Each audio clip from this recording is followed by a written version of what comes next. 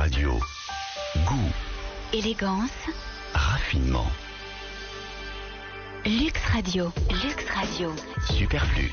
Luxe Radio prend la vie du bon côté.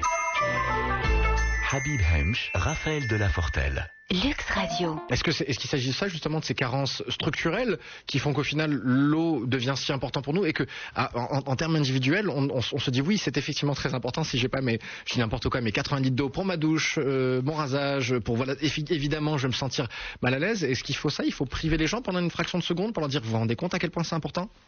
Non, les carences, c'est elles qui font que le débat sur l'équité et l'égalité, justement, se pose. En fait, à n'importe quel niveau, le premier cours d'économie commence toujours par revenir sur la notion de rareté. Et c'est à partir de ce moment-là que se pose le caractère marchand ou non marchand d'un bien. Et de la même façon qu'il s'est posé la question à un moment du caractère marchand du pétrole, il y a 150 ans, s'est posé la question du caractère marchand de l'eau, et on va arriver à un moment où l'air va être aussi un bien marchand. Et le problème, justement, en parlant de carence structurelle, c'est qu'on se rend jamais compte des conséquences à moyen terme de l'actualité au quotidien. Par exemple, moi, il y a quelque chose qui avait eu lieu l'été dernier et qui m'avait choqué, c'est les incendies en Russie. On a un phénomène méditerranéen en zone boréale, d'un point de vue justement sur la capacité des nappes phréatiques, la rétention d'eau, les conifères, etc., la toundra. Ça ressemble à un film de Roland Emmerich, là, effectivement. Absolument. Et il y a un deuxième point aussi, pour revenir sur l'intervention de monsieur Lalo tout à l'heure, c'est le caractère géostratégique. Avec l'eau, en Chine, le Tibet n'est pas seulement une position militaire contre l'Inde, etc. C'est surtout le plus grand château d'eau naturel au monde. Tout simplement, c'est l'avant Himalaya. Et donc, c'est en fait un outil des pouvoirs centraux chinois pour la sinisation des minorités musulmanes de l'Est, qui sont justement les plus proches, par le développement économique de ces régions-là grâce à l'eau du Tibet. Donc on peut comprendre effectivement que l'eau là-dessus a un pouvoir qui est bien supérieur à ce qu'on peut imaginer. C'est un effet de levier à... C'est pas parce qu'on ouvre un robinet et que ça coule comme ça, qu'effectivement que ça ne vaut pas grand-chose. Non, bien au contraire. Absolument. Amiar, est-ce qu'on a cette vision-là quelque part enchantée justement d'un futur où tout ira bien, la science-fiction se targue, film après film, livre après livre, œuvre après œuvre, d'essayer de nous dessiner cette espèce de monde parfois idyllique dans lequel on va vivre. Est-ce qu'on a besoin de ça, de vision très optimiste pour obtenir au final du changement, où il faut continuer à insister et limite à hurler, à taper du poing sur la table? En politique, l'actualité montre que ce qui marche, c'est la réapolitique, et dans la life, c'est real life, quoi.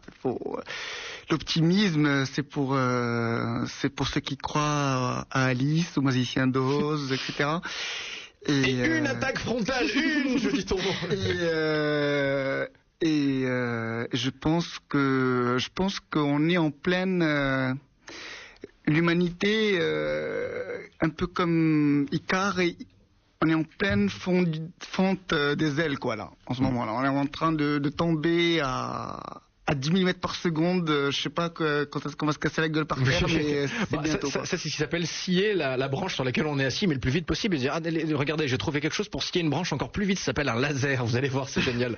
Voilà, en fait, il avait rien à dire sur l'eau, à mon avis, l'eau, elle est si claire. Est-ce que c'est ça, il faut... Il lui a fallu des journées, des années pour écrire ce texte. Mais oui, mais je suis désolé, mais c'est ça qui est bien, c'est chez cet artiste, c'est qu'on peut pas lui enlever sa liberté de penser, Je crois comprendre pourquoi les deux chansons, en fait, c'est des catastrophes pour les oreilles, c'est parce qu'en fait les chanteurs ils tournent tellement peu à l'eau justement qu'ils ont du mal à écrire sur l'eau. Oui, est-ce qu'on peut rappeler le nom des trois autres nouvelles, parce que c'est un recueil, ouais. C'est une quadrature, comme on appelle ça quand c'est 4. C'est un 4. Une tétralogie. C'est une tétralogie, c'est ça, une tétralogie. Oui, mais il n'y a pas de suite en fait, donc oui, mais. Bien, je vous jure, elle a dit tétralogie, je peux vous jurer que j'ai pensé à Alien tout de suite. Ah oui. Oui, parce que c'est une tétralogie aussi, Alien. Alors il y a L'Océan et moi, Vent sur ses pas, alors sur ses pas, sur les siens de pas. Voilà. Et alors c'est Honaka ou ça se prononce autrement? Honaka, on peut dire Honaka, mais vous l'aurez peut-être deviné, ça vient du mot arabe Hunaka. qui veut dire là-bas, quelque part. Taha et Amiar a dit ah oui effectivement moi j'étais pas à 1000 kilomètres. J'ai fait le lien avec Masolia qui vient en fait de Msoulia pareil en fait. Donc c'est un peu la même construction mentale en fait. On a utilisé un mot, une retranscription phonétique d'un mot arabe. C'est pour ça que j'ai connexion. Je dis ton nom. Pour le coup. L'idéal ce serait que ce genre de concours se multiplie, que ça incite les gens à écrire et surtout que ça pousse les gens à commencer à lire. L'art commence à être un marché très porteur au Maroc. Ce serait vraiment bien que la littérature le soit tout autant. Bien. La différence, c'est que l'art, il faut que juste les yeux, et la littérature, il faut les yeux et le cerveau. Ça devient un peu plus compliqué. Absolument. Oui, non, mais surtout, il faut attraper le lit, il faut pas qu'il tombe. Il faut l'éducation derrière. Ce qui me rappelle une histoire véridique d'un ami qui s'est présenté un jour un petit peu à la Maradona avec 2 montres, une à droite et une à gauche, et quand on lui a demandé pourquoi tu as 2 montres, il dit regarde, sur celle-là je suis en retard et sur l'autre je suis très en retard. En retard, c'est effectivement, nous sommes en retard effectivement aujourd'hui. Et merci beaucoup Hicham Lahnoud de nous avoir rejoints. Vous restez avec nous. Merci d'avoir accepté notre invitation. On passe à vous et on revient à Masolia, qui se prononce Masoulia pour le coup, quand on sait ce qui se cache derrière. Ce site internet, donc on le rappelle, c'est ma2solia.com et qui est un portail, Amiar, qui a 3 volets, mais ces 3 volets en fait très importants, c'est ça, pour comprendre ce qu'on a à faire au final au quotidien. C'est d'une part s'informer, mais aussi pouvoir rencontrer les intervenants justement du développement durable. Absolument. L'idée c'est de développer justement une culture sensibilisée, informée, en s'appropriant l'actualité et les thématiques liées aux technologies vertes et aux pratiques responsables. Puis ensuite, en fonction des intérêts de nos lecteurs, leur donner l'occasion de se rapprocher justement des prestataires pour mettre en œuvre justement, comme expliqué tout à l'heure Monsieur Lehlo, le fait que justement il manque justement les intervenants pour mettre en œuvre une démarche d'éco-construction, une démarche d'agriculture biologique, etc. C'est-à-dire que lorsque la volonté existe, même quand on a une bonne volonté, on a de la bonne volonté, on en revient au sujet du jour, ce qu'on a évoqué avec vous, Jean Zaganeris, Malé Mamour, c'est que même quand on a la meilleure volonté, la meilleure bonne volonté du monde, on se dit mais de toute façon je suis pas aidé, je suis pas renseigné. Donc c'est vraiment ça, c'est une newsletter, un site d'information, mais aussi surtout un site de promotion avec des prestataires justement du vert. Là il y a une question de responsabilité qui est très importante. Comment on fait pour sélectionner justement ces prestataires et comment on fait pour se dire voilà, je suis sûr de laisser la porte à quelqu'un qui va vraiment aller dans le bon sens, parce que on peut le dire tout de suite, il y a beaucoup de charlatans justement de l'écologie et il commence à y en avoir beaucoup parce que tout le monde est client justement. Absolument. La problématique des charlatans dans ce domaine, justement, elle existe plus en France. Là, on n'est pas au stade encore de la présélection. Il faudrait déjà qu'ils viennent. Et puis, les contraintes ne sont pas les mêmes parce que c'est vrai que toujours pareil, même pour l'eau, la réglementation ne suit pas toujours. Donc, c'est vrai qu'il y a un vide juridique et ça n'aide pas non plus. L'idée, c'est que nous en interne, on a une présélection, que ce soit de la part des pour sélectionner justement les prestataires à présenter, et aussi pour présenter ensuite les demandes à ces prestataires, parce que quand même, une fois qu'ils sont sélectionnés pour y être, il faut leur assurer justement, en question de valeur et question d'argent, une rentabilité à leurs prestations. Donc il faut essayer de faciliter des mises en relation fructueuses, justement. Donc mettre l'information à la disponibilité de tout le monde, c'est en fait pour vous la meilleure solution pour pouvoir benchmarker, pour que chacun puisse choisir. Absolument. Parce que là aujourd'hui, on n'est même pas encore dans l'étape de benchmark, on ne sait même pas encore comparer entre 2 offres laquelle est la meilleure pour mon environnement, pour mon contexte, parce qu'on est bien d'accord, il n'y a pas qu'une seule solution, il y en a des milliards. Est-ce que là-dessus on peut rêver justement de ce réseau social, mais orienté pro pour justement les fournisseurs et les clients qui ont besoin de prestataires verts, de prestations vertes? En tout cas, c'est l'objectif et les moyens ils sont mis pour, et le site d'information est là pour développer la culture et susciter justement l'intérêt par le fait d'expliquer que les technologies vertes, c'est pas que des contraintes, mais c'est surtout des opportunités, et c'est des opportunités qui s'appliquent à un champ de plus en plus large d'activités. Et donc, et pour permettre l'identification de n'importe quel acteur économique, justement, à une application terrain concrète d'une technologie verte à son activité. Un architecte pourra se dire il y a la laine de verre, la laine de roche. Un informaticien il pourra se dire il y a des claviers en bambou plutôt qu'en plastique. J'en ai entendu parler de ça. Ça marche vraiment des claviers en bambou, oui. Ben effectivement, parce que le bambou, c'est justement en parlant de régénération, c'est ce qui pousse le plus rapidement. Et donc justement au cycle de vie, etc. Ben c'est ce qui se récupère le plus vite. Et le plastique, ben ça vient du pétrole. Et donc voilà, le calcul est vite fait. Alors là-dessus, j'ai forcément envie de vous poser une question. En consultant la quantité d'informations et d'informations qualitatives qui existent sur un site comme par exemple TED.com pour les auditeurs qui ne connaîtraient pas, qui est vraiment un concentré de bonnes idées et de savoir, mais mis à la disposition du grand public. Est-ce que justement le volet information news.massodia.com répond à ça pour vous? Le but du jeu, c'est de ramasser un maximum d'informations, que tout soit disponible pour les gens, c'est ça?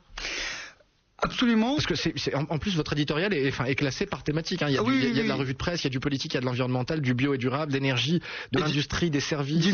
Du multimédia. Il y a de la vidéo et il y a une revue de presse aussi qui ouvre vers les autres médias. On n'est pas fermé. On veut être le passage obligé pour l'information dédiée aux technologies vertes et pratiques responsables au Maroc. Et donc effectivement, voilà, on canalise quoi. Bien, très bien. Effet entonnoir. Ce qui peut peut-être faciliter le concept, en tout cas la démarche de certains entrepreneurs, de dire j'ai vu ça en Angleterre, c'est génial, comment est-ce que je le fais chez moi au Maroc? Non, voilà. et puis en fait, nous, notre plus grande hommage au roi du net, Sa Majesté Google. Donc, vous êtes responsable de vos propos. Hein. Moi, surtout, allez pas les nommer rois, eux. Hein. Je vous rappelle que c'est 2 adolescents prépubères, hein, les 2 patrons de Google. Non, mais moi je préfère quelqu'un qui a passé à la cinquantaine. Je dis ça comme ça, voilà. Donc, nous, au jour d'aujourd'hui, justement, on a une très grande partie de notre trafic qui nous vient par les moteurs de recherche. Et donc, c'est-à-dire qu'on est reconnu comme outil d'information fiable.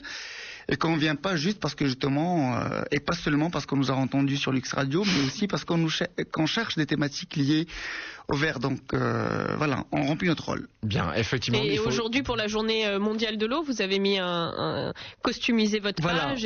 On a customisé notre page et on a... Qui est devenue bleue, alors qu'elle était verte. Voilà. Le logo était vert, il est passé bleu. Mais je suis sûr qu'il y a un apprenti consistance marketing qui va vous taper dessus, qui va dire non, ça ne se fait surtout pas. C'est cohérent parce que le vert... c'est complémentaire du bleu, donc c'est la même. Et ce qu'on a fait aussi, c'est... Vision d'artiste, je dis ton nom. Ce qu'on a fait, c'est aussi une ligne éditoriale axée sur l'eau. Il y a 5 ou 6 articles qui ont été publiés sur la thématique de l'eau, liés au Maroc, liés aux politiques publiques au Maroc, et aussi un article de prospective au niveau mondial, lié justement au congrès mondial sur l'eau qui va avoir lieu en mai 2012 à Marseille. D'accord, et sur l'échelle de l'optimisme, on va dire de 1 à 5, vous êtes au final plutôt optimiste. Le feedback des personnes qui se rendent sur le site est plutôt bon. Les gens commentent très rapidement pour dire voilà, c'est une très bonne idée, ou voilà un tel qui allait beaucoup plus loin, ou une autre personne. Oui, ça va sur 5, ça va à 7, mais... D'accord, il est très content. Non, sérieusement, sur votre visage, on a eu des retours sur plein d'aspects, que ce soit le contenu, la forme, mais c'est venu de très très loin, c'est venu du Canada, c'est venu de France, c'est venu de toutes les sphères, entreprises, associations, universités. Donc on sait qu'on touche, et voilà. Et là, ça fait bientôt une année qu'on tourne. On va fêter notre premier anniversaire le 15 avril prochain. Et à cette occasion, en fait, on prépare un massoliascope, un ouvrage, un collector, justement, un outil d'analyse dédié aux technologies vertes au Maroc, et qui sera distribué gratuitement à partir de la fin mai. Bien, beaucoup effectivement de projets et de bonnes idées pour 2011. On va espérer, on va gager que cette année sera plus responsable et plus durable. Durable, oui. Oui, qu'elle puisse durer 3 ans comme ça. Ça a du sens.